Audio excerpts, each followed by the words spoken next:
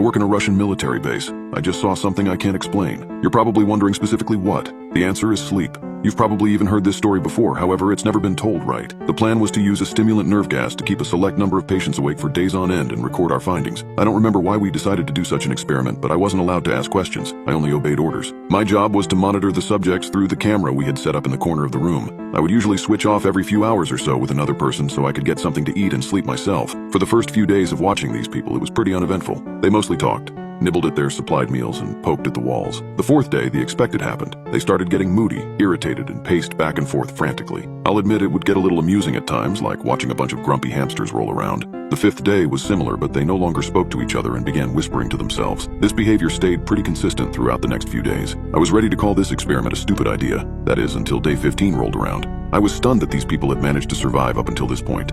The fact they were able to was a discovery in itself, but I didn't have time to be in awe of their progress as things had taken an uneasy turn. That was the day they snapped out of their quiet, panicked state and began running around and screaming like lunatics. I thought this tantrum-like behavior would only last a few minutes, but boy was I wrong. For hours and hours they ran around clawing at the walls and at their faces while they screamed as loud as they could. Eventually they'd been yelling for such a long time that their vocal cords ripped, and their screams became hoarse croaks. I became very uneasy at this point and wanted an end to this experiment, but unfortunately that wasn't my call. All I could do was continue with my task and hope these people didn't kill each other. That same afternoon I came back from my break to see my colleague staring at the computer screen, looking like he'd just seen a ghost. Keep in mind, I'll be translating this to English. I asked, "Hey, what's going on? What's up with the camera?" "I don't know," he said. I only looked away for a second, and when I turned back, it had gone completely black. I think the audio's screwed up too. I can't hear them anymore. I started to get nervous when I told him, "I'll radio the rest of the team. I think it's time we shut off that gas." I remember it like it was yesterday. 5 of us, 3 scientists, my colleague and me, walking down the hallway to the test room. When we finally reached the door, we pressed our ears against the wall, trying to see if we could still hear the commotion coming from inside.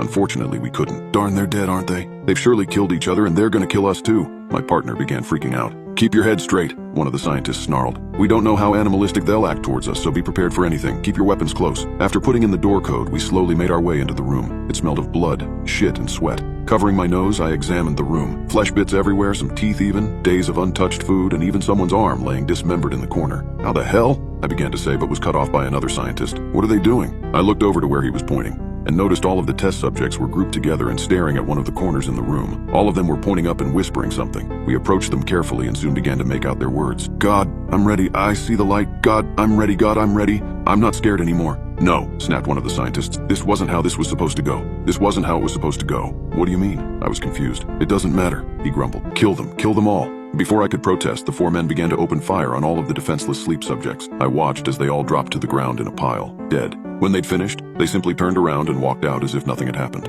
"Why?" I called after them. "Why'd you have to do that?" They were living proof of how long someone can stay awake. They were a miracle. The head scientist sighed and turned around to face me. "We had a main end goal to create human weapons, and they found the exact opposite of what we wanted them to." "And what is that?" "Peace." Without another word to me, the 4 of them continued down the hallway away from the murder scene. "What are we going to tell them?" one of them asked. "That they went rabid and became useless. That they tried killing us and were too unmanageable for our uses. And that's exactly what was told, and that's what everyone believes. The truth is, these people went insane, yes, but were only a threat to themselves. They were killed in cold blood, and I had no intention of killing any of my men. Instead, they're remembered as the people who did the impossible, but were nothing more than animalistic demons. Like I said earlier, you may have heard this story before, but these people were the true victims of our twisted sleep experiment."